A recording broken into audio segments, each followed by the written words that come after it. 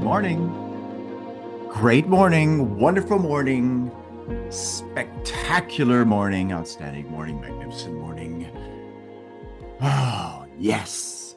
Again, as always in the beginning of every one of these calls, the reminder that we get to choose. Remember, everything is fundamentally meaningless. Everything just is. Write that in your notes here. Start off again. Everything just is. Nothing is good or bad.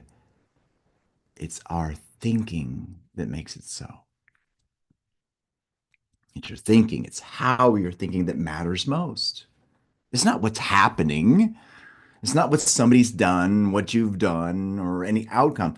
What matters most is how you're going to think, what you're going to consent to, what you're going to agree to. And the sooner you get that, the sooner you tap into that hidden power in you, is what Thomas Troward refers to, the sooner you'll be living your life on your terms, where you won't be a victim or slave to the tyranny of second causes. That's not a good way to live. And that, unfortunately, is how most people live. They're controlled by the outside, not understanding that they don't have to be. Did you catch that? You don't have to be. You can choose. You always have a choice. Write that in your notes too. I always have a choice. You always have a choice. Say that. I always have a choice. Yeah, you always get to choose your thoughts. And choose good thoughts, you'll see the good. Choose bad thoughts. Actually, hold on a second. We never really choose bad thoughts. The bad thoughts come into us subconsciously. With that being said, when you choose and look for the good, you will find the good. What you are seeking is seeking you. This reminds me of a good statement from the good book, the good news book. Lo, the thing I have feared has come upon me. What is that? That says, whatever you give attention to, if that thing you fear is what you're giving attention to, I got news for you. That's what's going to come to you. But see, that's a principle. And you can use it for the opposite. Yo, the great things that I have expected have come upon me. See, it works both ways. Works both ways. All right, so make sure you have your crazy awesome goal card with you. Wave it. Here we go. Wave your goal card. You got it. Here we go. Remember, this is important. Bob Proctor would always say that if you write it on a card, it must happen. Now, remember, though, when he said that, he was basing it on the assumption that you were emotionally involved with the idea. So you've got to be loyal to this idea if you want it to become a material fact in your outer world. Did you catch that?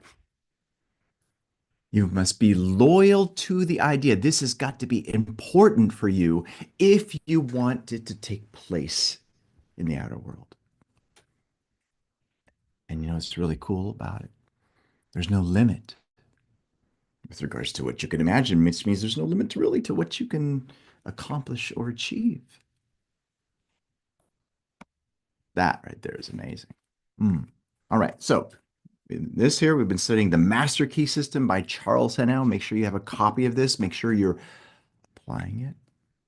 That's the most important thing. Okay, look at all the words that are in this book. Okay, yeah, great. There's lots of words in this book, lots of information, but remember, knowledge is not power. Information is not power. The only way it becomes power is when it's applied. So, this is where the golden rule comes into play. Application, baby. That's where it's at. You got to use it. All right. So, shall we? Let's dive into it. Here we go. One, two, three. Boom. Oh my gosh. Isn't that interesting? Look where we landed. Isn't that cool? We landed on a beautiful paragraph, of which is a beautiful sentence. Now, by the way, the page that we're on is 209. And yes, we did go over this in the last session, but we're going over it again. You know why? Because it's important. Knowledge does not apply itself. Doesn't apply itself. What you know doesn't matter. I don't care about what you know. What I care about is what you understand. And all that getting, get understanding. The only way you get understanding is through the implementations, through the practices, through the use of knowledge. Now, here's an example, right? Here's some knowledge. You have knowledge that you're supposed to imagine great things for yourself, right? I know that. Well, it's one thing to know that, it's another thing to really imagine great things for yourself. Now, if it's difficult for you to imagine really great things for yourself, what's the reason? It's not because you're dumb, it's not because you're stupid. And see, now we're tying into paradigms. It's just because you're not conditioned to think that way. Doesn't mean anything's wrong with you. Just means you're used to thinking not so good things for yourself. See, but again, see, it's one thing to know that, it's another thing to apply it.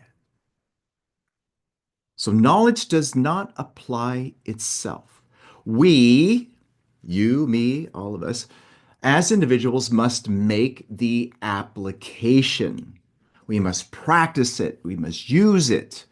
And the application consists in fertilizing the thought with the living purpose. Fertilizing. Remember, your subconscious mind is like fertile soil. It's like a garden. It's a magnificent garden. And it will grow just as abundantly negative ideas as it will positive ones. Write this in your notes again. Write this in your notes. Like attracts like in the mind.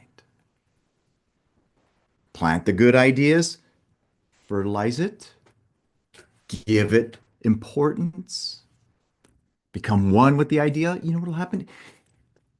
It'll blossom. Write this around this too as well. Seed, plant, blossom, fruit. Seed, plant, blossom, fruit. Remember, like attracts like in the mind is also something that's universal. It's a principle too. Everything produces after its kind. Plant an avocado seed. What do you get? Do you get apples? No, you don't. You get avocados. Plant a mango seed. Get some nice juicy mangoes. Now again, grab onto that.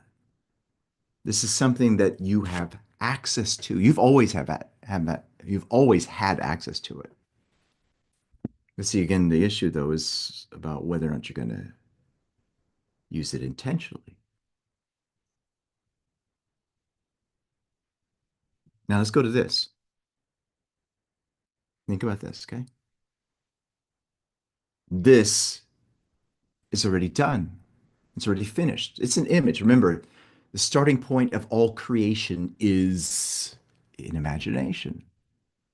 Look around you in the room that you're in right now. Look at all the physical things that are there. Bookshelf, books, camera, curtains, lights, monitor, monitor, monitor, another monitor, phone, book. I mean, the list goes on and on and on. Crazy awesome coffee warmer. All of you should get one of these. These are amazing. What do they all have in common? All of them were in someone's imagination first before they became the material things. See, someone came up with the idea. They were loyal to the idea. They were loyal to that unseen reality, the image. And from that, the externalization took place.